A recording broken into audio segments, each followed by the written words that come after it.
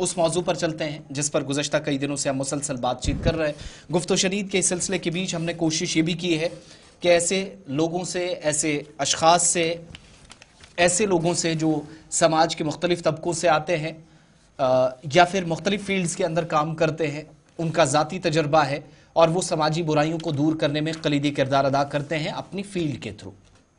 On line gambling یا جوئے کے تعلق سے مسلسل ہم نے بات کی ہے، سیریز کو ہم نے کنٹینیو کیا ہے، کئی خاص مہمان بھی ہمارے ساتھ جوائن کرتے رہے، لیکن اس کے پیچھے کے اسباب یا وجوہات کو جب جاننے کی کوشش کی تو کئی لوگ بتاتے ہیں کہ ذہنی مریض بھی اس طرح کا کام کر رہے ہیں، جو خود کو لٹا رہے ہیں، گھر بار یا پوری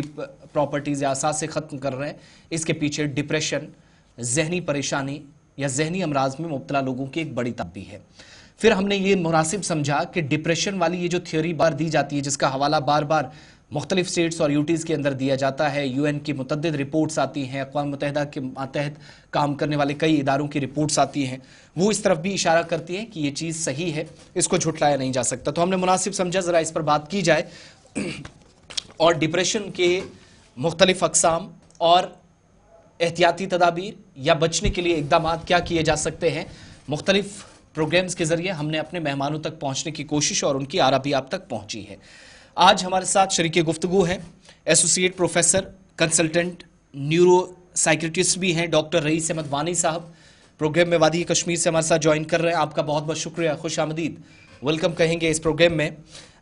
پہلے تو یہ بتائیے گا کہ یہ جو ڈپریشن، جس کو محض ڈپریشن کہہ کر ہم نظر انداز کر رہے ہیں، یہ اصل میں ڈاکٹر وانی صاحب ہے کیا، اور کیا یہی وہ ڈپریشن ہے، یہی وہ لفظ ہے، یہی وہ بیماری ہے جو تمام بیماریوں کی اور بعد میں کئی برائیوں کی جڑ بھی مانا یا سمجھا جاتا ہے؟ ڈپریشن کو عام شہری تک ایکسپلین کر کے ذرا بتانے کی کوشش کریں، اور کیا واقعی میں ہر مصیبت کی جڑ اسی ڈپریشن کو، اسی ذہنی مرض کو بتایا جائے جو عام لوگوں کی طرف سے تھیوری مختلف جگہوں پر پیش کی جاتی ہے؟ شکریہ مجھے چینل پہ بلانے کے لیے۔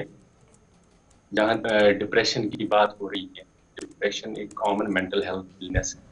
جی، اور ڈپریشن ایک سائیکیٹرسٹ کے لیے، ایک مینٹل ہیلتھ پروفیشنل کے لیے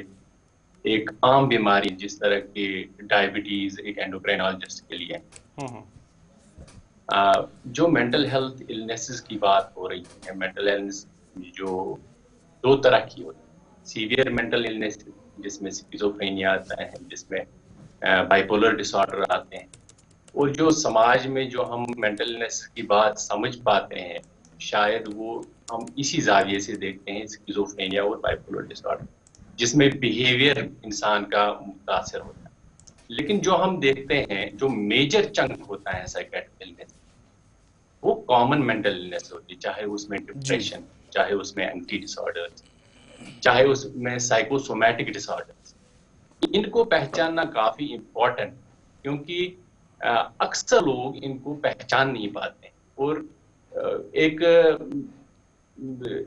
نہ پہچاننے کی وجہ سے وہ در بدر ہو جاتے ہیں دائیں بائیں اور صحیح علاج نہیں کر پاتے۔ جو ڈپریشن کو سمجھنا یا ایک عام کامن انسان کو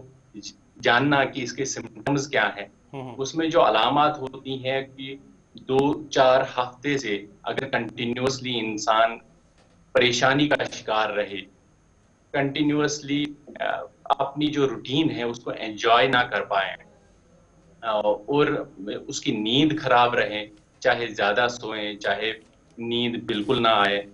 تو یا کنسنٹریشن میں اس کو پرابلم ہو، یا میموری میں